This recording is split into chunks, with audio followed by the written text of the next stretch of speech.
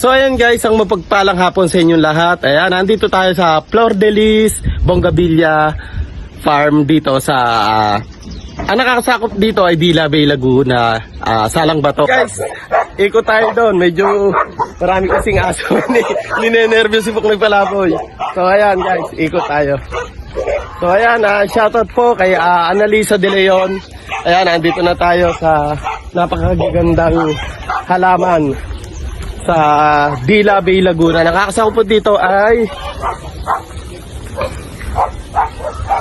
Salang Bato. Ayan, sir. Sir, good afternoon. Ayan. Okay lang ba dito, sir? Ayan, sir. Ayan, si sir. Sir, ano pangalan mo? Ayun, shoutout kay sir. Talaga napakasipag. So, dito tayo. Ayan. Sir, anong proseso yung ganang ginagawa nyo po? Drafting, sir. Drafting. Sir, bukod pa yan sa iba pa kasi yung bonsai, no, sir? Apo, sir. Ayan. So, ayan guys, nandito tayo ngayon. Ang bida ng karsada dito sa Dila Bay, Laguna. Si sir. Magandang hapon sa inyo mga kasuki. Ako po ay, pangalan ko po ay si Rolando Alcazar, ang palayo po sa akin, Mang Ando. At po ay kami po ay meron pong konting farm na ang aming mga tinatanim ay bonggabilya. Kung ako man po itatanong nyo kung ilang taon na ako nagbobonggabilya, ay nasa 20 years na ho ako. Kaya lang, nung araw, hindi pa uso itong mga grafted. Sa ngayon, uso na ho, kaya ngayon, ganito na ho ang aking ginagawa. Kaya isa pa, napakaganda pong hanap buhay. Ito po ay nakakalibang, lalo't sa kagaya kong senior citizen na, edad 73, ay ito, nakakalibang ulit sa akin, nakakapagpalakas pa ng katawan. Kaya po mga kasuki, kung gusto nyo pong makita ang aming farm dito na Bongabilla, pumunta po lamang kayo sa Bae Bay, Laguna, Barangay Dila, Salang Bato. Yun po ang aming direksyon, diretso po yun. Yun po ay nasa pagitan ng Jollibee at ang Macdo. Doon po sa gitna yun. Pag kailangan ko dumaretso, matatagpuan nyo na po doon ang Mang Andos Bongabillas Farm. Yun po, magandang hapon po sa inyong lahat. Ayan, isang palang hapon, Sir Ando, at talaga naman pong napahanga ko sa taglay nyong talagang may gininto ang kamay. Kaya ayan guys, isang mapagpalang hapon mula kay Buknoy Palaboy TV. Sir, isang hirit po. Ano yung pinakamurang halaman at ano yung pinakamahal? Halos naman no, ang halaman ay sugun sa klase.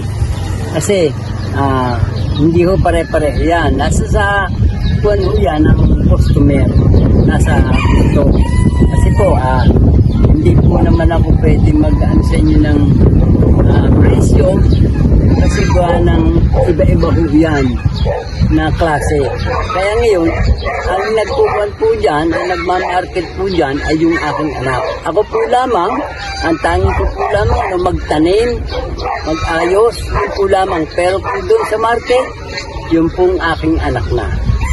Kaya po mga kasuki, doon sa mga presyo, hindi ko po alam yan. Kaya alam mo na, yung alam ko, ako po lamang ay tanim. Ako po lamang ang instrumento ng Diyos para sa pagtatanim. Yung po lamang ang Sir, bali, ilan taon na po itong ganitong negosyo ng Flor de Lis, Bongabilla? Mga 2018 kami nag-start ko eh. So, bali, magsisikus na.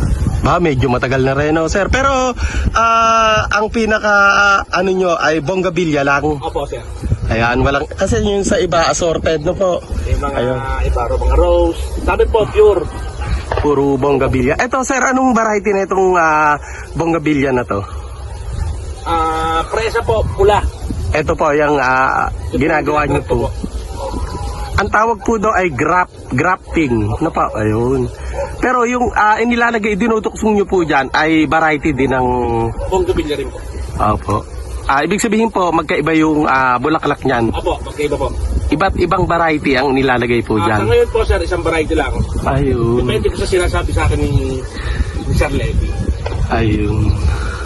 Kasi sir, nung may na-interview ako, iba't iba, halimbawa kulay orange, kulay pula, Sir, kulay... pwede po yun. Ayun. Depende po sa may gusto po sa mga Sa isang puno, ano po? Pwede po. Sir, ano pangalan niyo po? Ian po sir. Sir Ian. So, pero Sir Ian, ilang taong mo nang ginagawa yung ganang pag-grafting? Bago pa lang po ako. Magwa 1 year pa lang po ako. Ay, ayun. Bali, September. tinuruan na lang din po kayo ni ma'am. Si Lolo Ando po nagturo po sa akin. Ayun. Ayun sir, yung mga ganang presyuhan, mga magkano po, yung ganang kalaki? Sir, wala po akong idea kung magkano eh. Sige po, okay lang po. Yung tansya mo lang sir, yung gantong kaliliit. Ito, yung mga ganto sir. 1.5 po. Yan. Mga rooted po yan. Ito talaga rooted. Ito. Kapag po grafted po namin, depende po sa laki ng scrap. Ayun. Sa variety po na nakalagay. Ayan. Tayo. Ay sir, ito mga bonsai na to. Sir, ito yung ganito, mga magkano po yung gantong bonsai? Ano ba sir? Mga 1.5 po yan sir to 2.5. Magagandang klase po talaga. Kasi may mga ordinaryo na bonggabilya na basta lang diretso. Hindi man sana puro red po kasi dito sir. Oo nga po, talagang kakaiba po talaga yung inyong bonggabilya. Talagang na mangha si Buknoy Palaboy sa nakita po dito sa kakaibang bonggabilya. Ayan sir, pwede po tayo mag-shout out. Shout out kay Yokpi. Kay Salakab.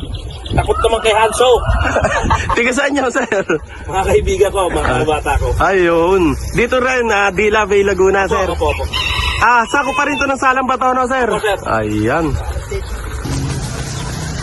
So ayan guys, mulit-muling maglalaboy si Buknoy Palaboy TV at hanapin natin ang mga bida ngayong hapon. Kaya mga kapadyak, mga ka-viewers, don't forget to like, share, and subscribe Buknoy Palaboy TV. At kung ikaw ay bago pa lamang sa aking channel, huwag kalimutang pindutin ang notification bell upang maging updated sa mga bagong video na ina-upload ko. Kaya guys, don't forget to like, share, and subscribe Buknoy Palaboy TV.